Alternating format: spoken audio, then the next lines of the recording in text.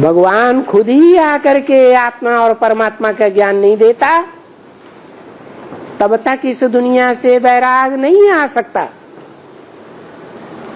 ईश्वर का ज्ञान ही दुनिया से वैराग दिलाता है। और तो दुनिया में ये जो वैरागी वैरागी सन्यासी हुए हैं ये सब ढकोसले। कोई भी इस दुनिया को छोड़ करके वापस नहीं गए कि दुनिया से वैराग आ गया और चले गए हो। जो कहते हैं निर्वाण धाम गया,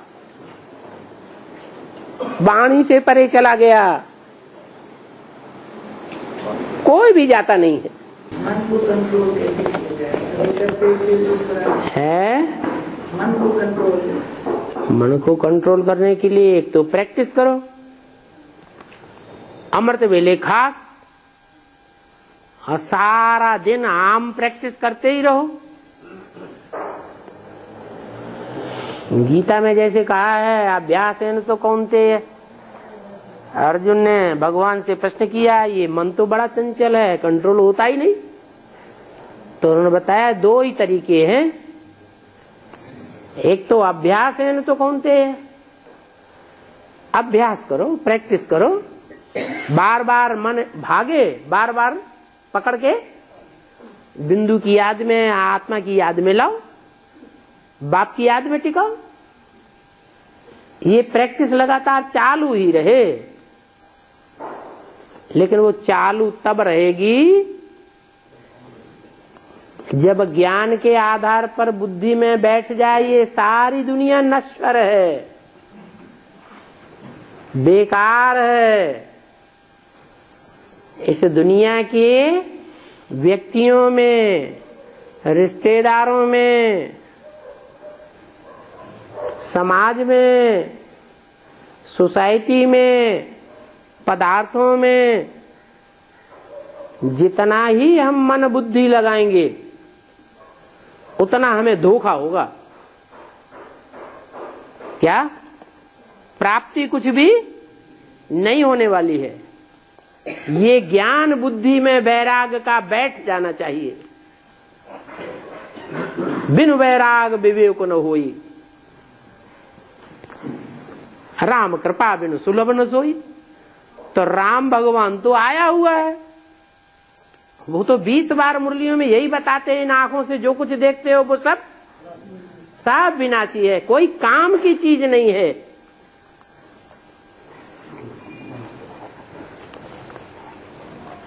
व्यवहार में भला आना है ताकि कोई को दुख न हो। क्या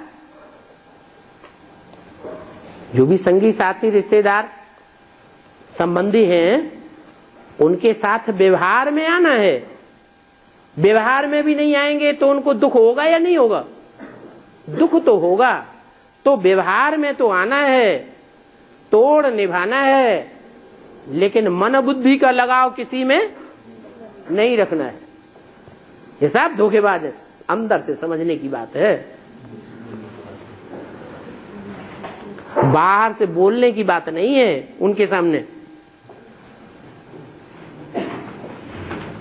इतना पक्का कर देना है जैसे गायन है एकलव्य, एक शिव बाबा दूसरा न कोई। इतना वैराग अगर बुद्धि में भरा हुआ होगा तो बुद्धि में ज्ञान अपने आप टपकता रहेगा। शिव बाबा भी समझ जाएंगे क्या ये आत्मा रूपी जो बच्चा है इसकी मन बुद्धि दुनिया में नहीं अटक रही है। कहां लगी हुई है? मेरे में लगी हुई है। तो दिल को दिल से राहत होती है। हम जिसको याद करते हैं वो आज नहीं तो कल हमारी याद उसके पास पहुंचती जरूर है, चाहे भले लंदन में बैठा हो। तो दो ही बातें मुख्य हैं, एक अभ्यास और दूसरा वैराग। ज्ञान तो हमें मिला हुआ है, गायन ही है ज्ञान भक्ति वैराग।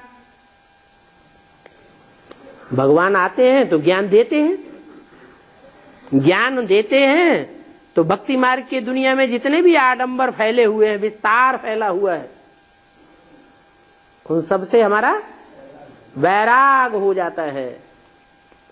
ये ज्ञान की निशानी है। क्या? जितना बुद्धि में ज्ञान बैठा होगा प्रैक्टिकल जीवन में, उतना मन बुद्धि से वैराग जरूर होगा, और जितना वैराग होगा उतना बाप की याद आवेगी। प्रैक्टिस मजबूत होती जाएगी। बिनु वैराग विवेक न होई।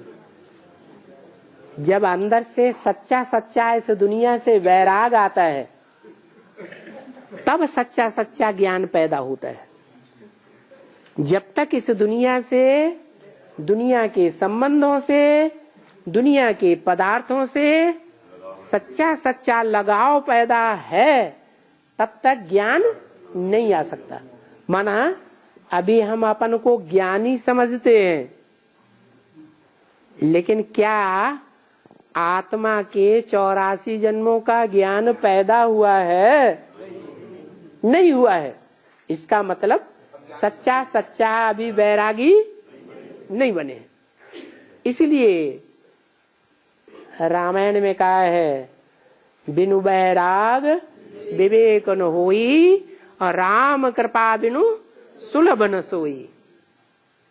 राम उन्होंने देहधारी को समझ लिया। वास्तव में कौन सा राम?